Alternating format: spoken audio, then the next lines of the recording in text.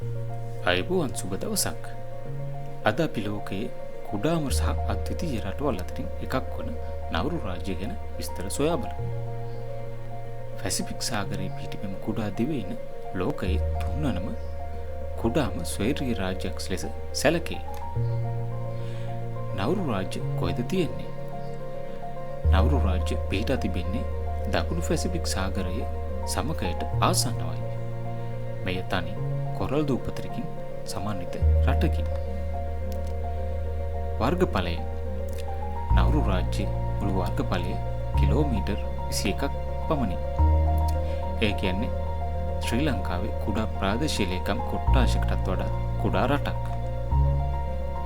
ජනගහනය 2026 ඇස්තමේන්තුව අනුව නවුරු රාජ්‍යයේ ජනගහනය 12500කට ආසන්න වේ. එම නිසා මේ ලෝකයේ අඩුම ජනගහනයක් ඇති රටවල් අතරින් එකකි.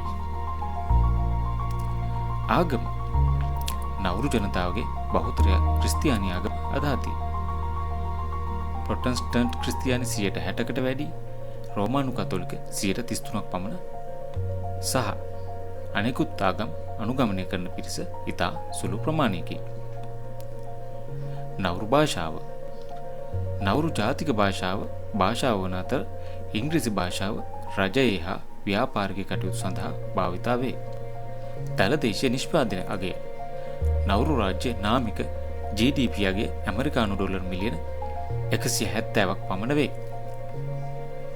ඒ වගේම මෙරට ආර්ථිකයේ ප්‍රධාන වශයෙන් රඳා පවතින්නේ පොස්පේට් ගැනීම, මසුන් ඇල්ලීමේ බලපත්‍ර, රාජ්‍ය සේවා, ගුවන් සේවා මතයි.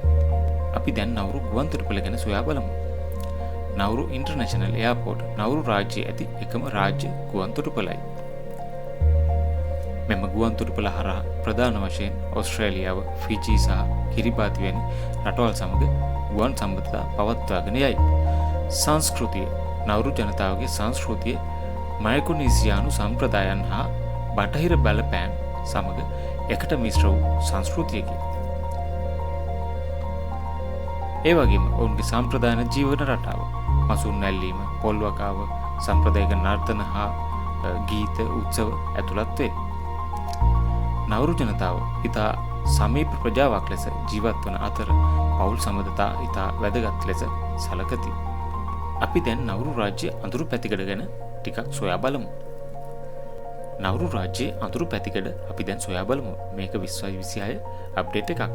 ඒ වගේම තමයි පොස්පේට් නීති ඉවර වෙලා දැන් රට බංකොලොත් වෙලා ඉවරයි. 1980 2000 කාලේ ලෝකයේ පොහොසත්ම රටවල් වලින් එකක් බව සඳහන් වෙනවා. ඒ වගේම තමයි ඒක පුද්ගලික ආදායම ඩොලර් 50000 දක්වා ලබාගෙන තියෙනවා කියලා තමයි සඳහන් වෙන්නේ. ඒ වගේම තමයි ලෝකයේ තරබාරු මිනිසුන් බහුලව ජීවත් වෙන රටක් ලෙස සැලකෙනවා. ජනගහනයෙන් 71ක් තරබාරුයි, ඒ වගේම 61ක් ඩිසබල්ට කියලා තමයි සඳහන් වෙන්නේ. ඇයි එහෙම වුනේ? පොස්පේට් සල්ලි ආවට පස්සේ ඒගොල්ලෝ ෆැට් ෆුඩ්ස්, ඊට පස්සේ ඉම්පෝර්ට් ජන්ක් ෆුඩ් වර්ග වලට පුරුදු වුණා. ඒ කියන්නේ ඒගොල්ලෝගේ දේශීය කෑම වේල අතහැරියා. ඉතින් නාලුනේ වර්ග කිලෝමීටර් 21ක් පමණ කුඩා භූමි ප්‍රදේශයක් සහිත නමුත් විශේෂ ඉතිහාසයක් හා සංස්කෘතියක් ඇති නවුරු රාජ්‍ය ගැන කෙටි විස්තරයක් තමයි අද අපි මේ බැලුවේ. මෙවැනි ලෝකයේ අද්විතීය රටවල් ගැන තවත් වීඩියෝ බලන්න මානව ලෝකයේ channel එක subscribe කරන්න අමතක කරන්න එපා. ඔබට ස්තුතියි. සුබ දවසක්.